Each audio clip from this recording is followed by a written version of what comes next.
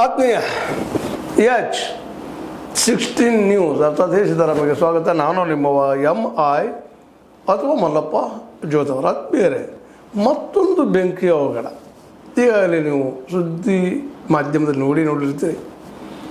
ಧಗ ಧಗ ಧಗ ಹೊರ್ತಾ ಪಾಪ ಒಳಚಕ್ಕಂಥ ಮಕ್ಕಳು, ಮಹಿಳೆಯರು, ಜನ ಒದ್ದಾಡೋದು, ಕೆಲವೊಂದಿಷ್ಟು ಕಿಟಕಿಯಿಂದ ಗೋಡೆಯನ್ನು ತಂತ್ರ ಮಾಡಿ ಹೊರಗೆ ಸಿಗ್ತಿರೋಂಥ ಈ ಯುವಕರನ್ನು, ವಿದ್ಯಾರ್ಥಿಗಳನ್ನು ನೋಡಿದರೆ ಏನಪ್ಪ ಇದು ಅಂತ.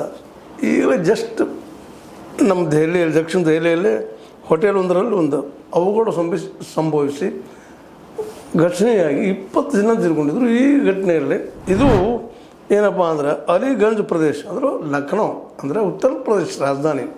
ಅಲ್ಲೇ ಅಲಿಗಂಜ್ ಉಷಾ ಮೆಹ್ತಾ ರಸ್ತೆಯಲ್ಲಿ 3 ಅಂತಸ್ತಿನ ಕಟ್ಟಡ. ಅಲ್ಲಿ ಏಕಾಏಕಿ ನಿನ್ನೆ ಮಧ್ಯಾಹ್ನ ಬೆಂಕಿ ತಗಲಿ ಈಗ ದುರ್ಘಟನೆ ನಡೆದು ಹೋಗ್ಬಿಟ್ಟದ. ಇದರಲ್ಲಿ ಅನೇಕರ ಸಾವುಗಳಾಗಿದೆ.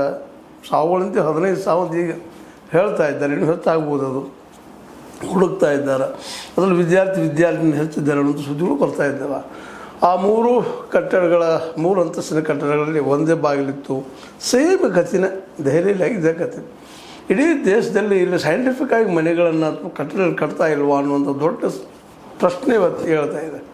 ಎಲ್ಲೂ ಇಲ್ಲದು ನಿಜವಾಗಿಯೂ ಕಾನೂನುಬದ್ಧವಾಗಿ ಅಥವಾ ಒಂದು ಸೈಂಟಿಫಿಕ್ ಮೆಥಡ್ನಲ್ಲೇ ಇವು ಕಟ್ಟಲಾರದಕ್ಕಿಂತೆಲ್ಲ ಅವಘಡಗಳಾಗ್ತಾ ಇದ್ದಾವ ಅನ್ನುವಂಥದ್ದು ಈಗಾಗಲೇ ಸ್ಪಷ್ಟವಾಗಿ ಅನ್ನಿಸ್ತಾ ಇದೆ.